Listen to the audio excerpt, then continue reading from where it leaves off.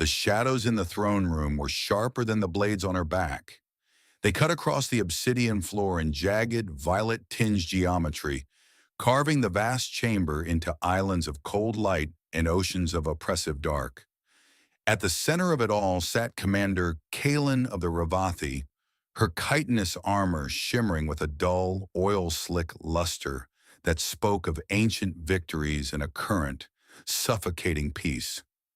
Her species was built for the friction of atmosphere and the heat of combat, yet here she was, preserved in a tomb of silence.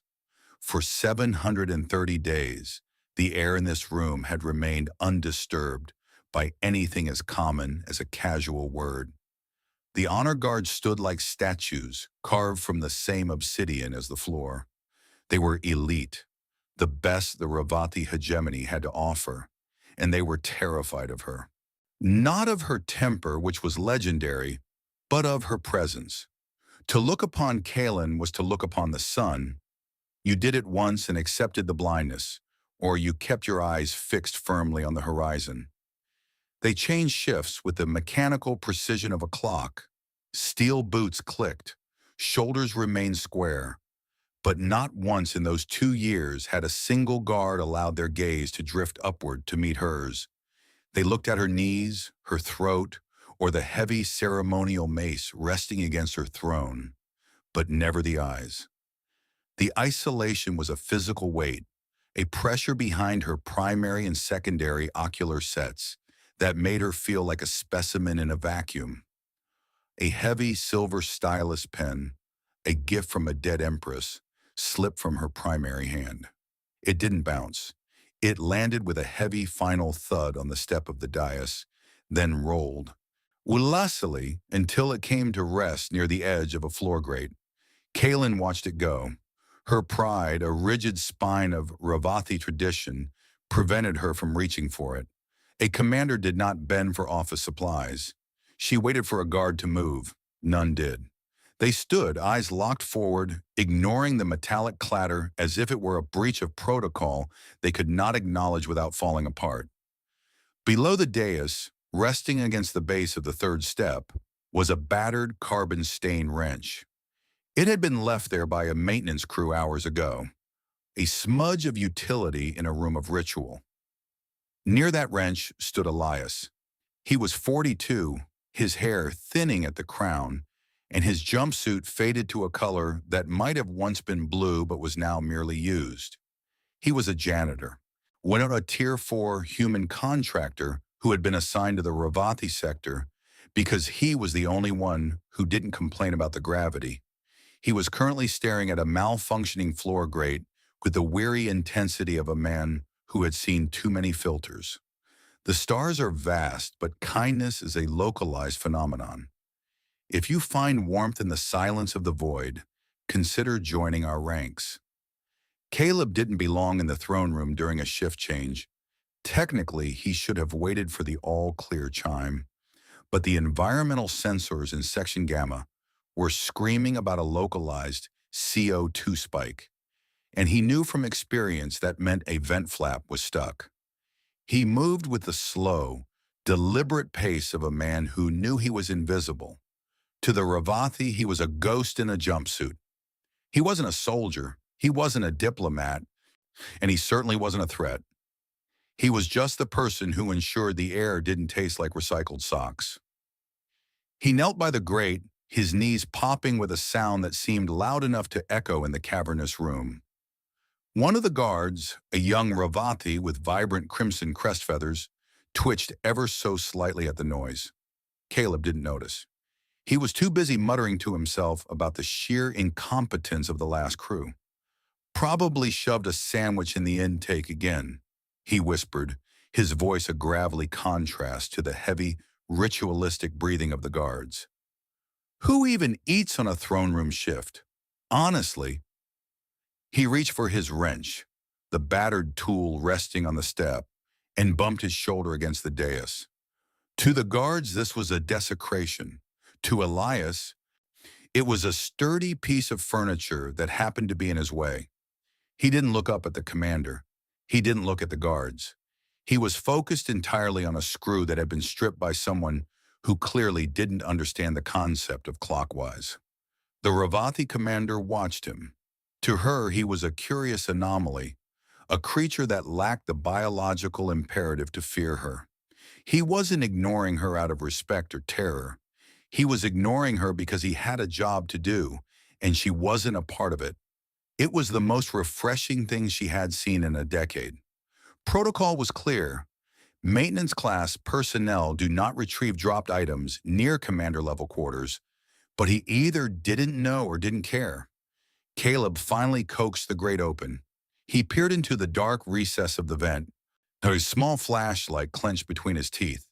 The light flickered over the obsidian floor, catching the glint of the silver stylus that Kalen had dropped earlier. It was sitting right on the lip of the vent. One more inch and it would have fallen into the depths of the station's filtration system, lost forever to the crushing machinery below. "Sensors off," Caleb mumbled around his flashlight, pointing at a small red LED inside the vent. He paused. He looked at the silver pen. Then he looked at the massive, armored foot of the commander, resting just a few feet away on the dais. He saw the pen, then the foot, then the pen again. He didn't call for an attendant. He didn't ask for permission. He simply reached out with a hand that was calloused and stained with machine oil. Yet he picked up the silver stylus as if it were a common pencil he'd found in a hallway. With a soft groan as his back protested the movement, Caleb stood up. He walked 2 steps up the dais, encroaching on a space that was legally restricted to high blood and royal assassins, and leaned over. He didn't make a speech. He didn't bow. "Here you go, ma'am," he said. He placed the pen gently on the armrest of the throne, right next to Kalen's primary hand. His fingers brushed the cold obsidian for a fraction of a second, leaving a faint, oily smudge that looked like a thumbprint. Then he turned around, walked back down to his grate, and went back to work. The wrench lay forgotten for a moment, its handle pointing toward the throne like a compass needle. The air in the room didn't just go still, it died. The distance between his hand and her armored boot had closed by mere centimeters during the act. Neither of them had acknowledged the breach, but the universe seemed to lean in, holding its breath. Kalen did not move. She couldn't. Every nerve in her Ravathi physiology reached a state of sudden, violent contradiction. Her species was built on the predator freeze, a biological lockdown that occurred when an emotion became too vast for the brain to process. It was a survival mechanism designed to make a Ravathi indistinguishable from stone when faced with an overwhelming threat. But there was no threat here. There was only a silver pen and the lingering warmth of a human's proximity. Her lungs locked. Her spine went rigid. Her secondary eyes, usually darting to monitor the room, fixed on the smudge of oil on her armrest.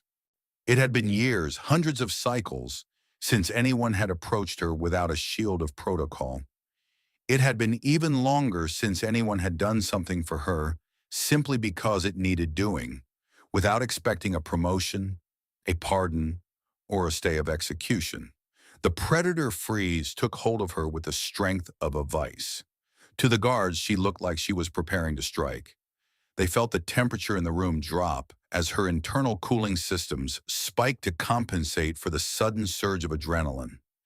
Inside her mind, the silence was deafening. The pride that had kept her spine straight for 2 years began to show microscopic cracks. She wasn't a commander in this moment. She was a living creature who had just been treated with the casual, devastating kindness of an equal. She couldn't process it. She couldn't understand why a creature so low would risk his life for a piece of silver. She stared at the pen. It looked different now. It wasn't a gift from an empress anymore. It was something a man had picked up because he didn't want her to lose it. The silence in the throne room shifted. It was no longer the silence of respect. It was the silence of a bomb with a ticking clock. The guards were vibrating. One of them, a veteran who had served under Kalen for a decade, slowly slid his hand toward the hilt of his pulse blade. His eyes were wide, fixed on Elias's back. In his mind, the human had just committed a capital offense. He had touched the throne. He had spoken without being addressed. He had existed too loudly. Elias, meanwhile, was happily propping open the heavy floor grate with his wrench. The tool, not usually used for tightening bolts, was now the only thing keeping the heavy obsidian flap from crushing his fingers. It was a bridge between the world of the throne and the world of the vents. The attendants at the back of the room had frozen. One held a tray of nutrient salts that was beginning to tilt. No one dared to breathe. The texture of the room had changed. The shadows seemed less sharp, softened by the sheer absurdity of what had just occurred. The predator freeze of the commander was radiating outward, paralyzing everyone in her orbit. Kaylin felt the weight of her guards' gazes. For the first time in 2 years, they were looking at her, not out of fear of her rank, but in desperate anticipation of her violence. They were waiting for the snap. They were waiting for her to obliterate the janitor so the world could make sense again. But Kaylin's hand, the one resting inches from the pen, didn't reach for a weapon. It trembled, just once. A movement so small that only the human, if he had been looking, would have seen it. The wrench held the grate open. The air began to flow, and the world waited for the commander to decide if kindness was a crime. The silence is breaking. Do you want to hear what happens when the freeze ends? We're glad you're here. The air in the throne room became a solid thing. It pressed against the walls, heavy and unmoving, a vacuum of intent that threatened to collapse the lungs of everyone present. At the center of the pressure, Commander Kaylin remained locked in the absolute stillness of the predator freeze. Her primary eyes were wide, the pupils dilated until the amber iris was a mere sliver of gold. Her secondary eyes, situated just above her temples, had ceased their restless scanning and were fixed with terrifying intensity on the silver stylus Caleb had placed on her armrest. Underneath the oil-slick sheen of her chitin, her internal organs had slowed to a rhythmic crawl. It was the biological response of a hunter who had found something so significant that even the act of breathing was a distraction. Still, the honor guard's boots did not scrape the floor. Their armor did not hum. One guard, a sub-commander with 3 scars across his mandibles, had his fingers curled so tightly around the grip of his weapon that the metal began to groan. He was waiting for the kill signal. He was waiting for the moment Kaylin's stillness shattered into a blur of lethal motion. A microscopic vibration began at the base of Kaylin's neck plates. It was the sound of a Ravathi heart attempting to restart after a shock. Still, the light from the high, narrow viewports crawled across the floor. It touched the discarded wrench propping open the grate. It touched the worn fabric of Elias's pant leg. None of it mattered. The universe had shrunk to the size of a thumbprint on a piece of obsidian. Gone was the weight of the hegemony. Gone was the 2-year silence of the guards.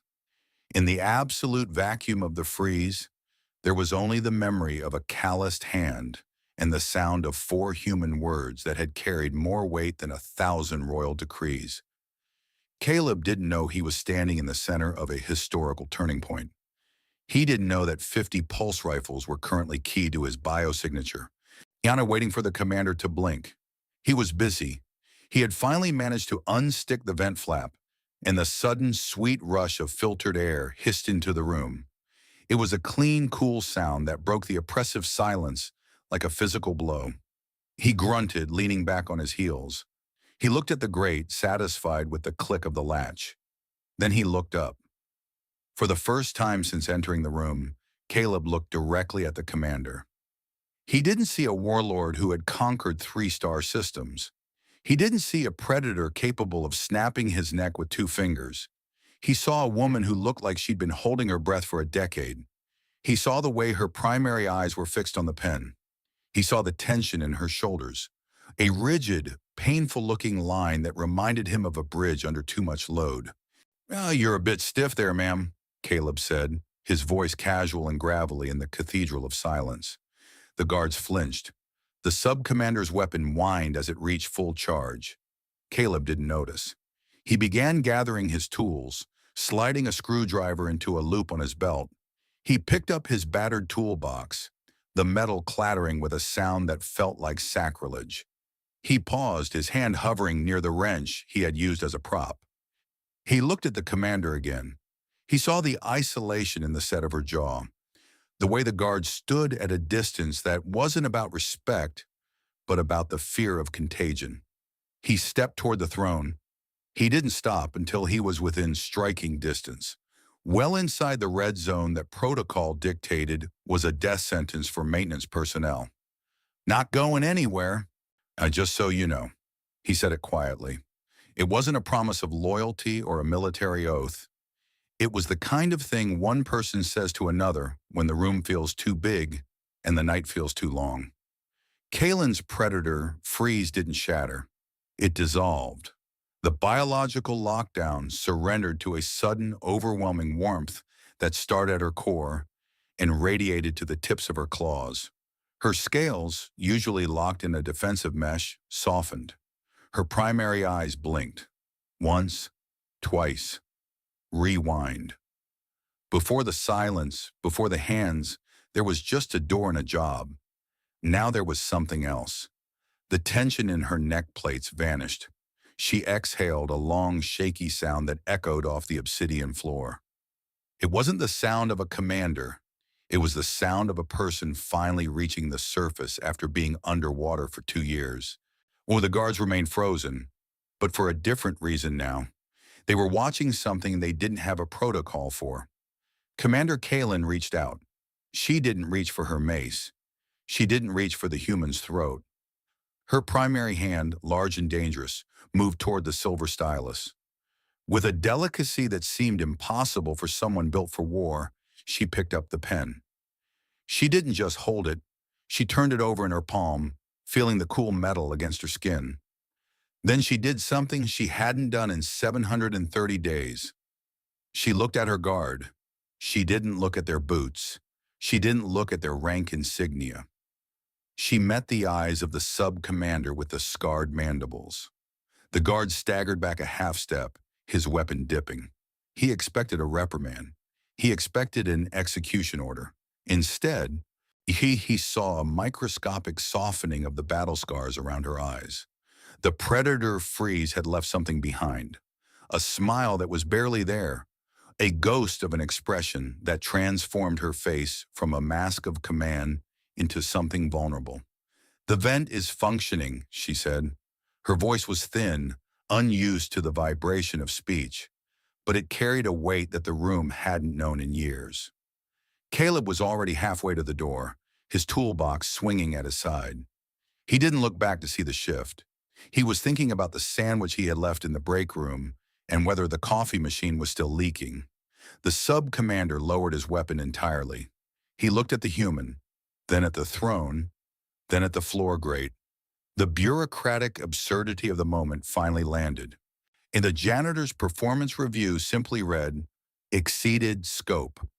Kalen watched Caleb disappear through the heavy blast doors. She didn't call him back. She didn't need to. The space between them had already been bridged, not with a treaty or ceremony, but with a piece of silver and a wrench. It became a routine, though no one called it that. Every third day, the environmental sensors in the throne room would experience a spontaneous CO2 spike. And every third day, Caleb the janitor would arrive with his battered toolbox and his oil-stained jumpsuit. The honor guards still stood at attention, but the distance had changed. They no longer stood like statues. They stood like soldiers. Sometimes when Caleb walked past, the sub-commander would offer a curt, sharp nod of his crest feathers. It was the highest honor a Ravathi could give a non-combatant. Caleb usually just waved back with a screwdriver. Kalen no longer sat in the center of a vacuum. She sat in a room where the air was clean and the silence was choice, not a curse. She kept the silver stylus tucked into a specialized loop on her armor, right next to her heart. But it wasn't the most important thing on the dais anymore. On the lower step, Tucked discreetly into a shadow near the third riser, sat the carbon-stained wrench. Caleb had forgotten it there 3 weeks ago. Kaylin had seen him leave it. She had watched him look at it, then at her, before walking away. She never moved it. She never told the cleaners to take it away. Sometimes when the weight of the hegemony felt like it was beginning to press down on her again, once she would reach down and touch the handle of the wrench. It was cold, oily, and entirely mundane. It was the most beautiful thing she owned. The shadows in the throne room were still sharp, but they didn't feel like blades anymore. They felt like a place to rest. Kaylin leaned back in her throne, her fingers brushing the silver pen. She looked at the heavy floor grate, listening to the steady, rhythmic hum of the air. "Same time tomorrow?" she whispered to the empty room. The door didn't open. There was no answer. But the wrench stayed exactly where he had left it. Fear demands distance. Kindness just demands a hand.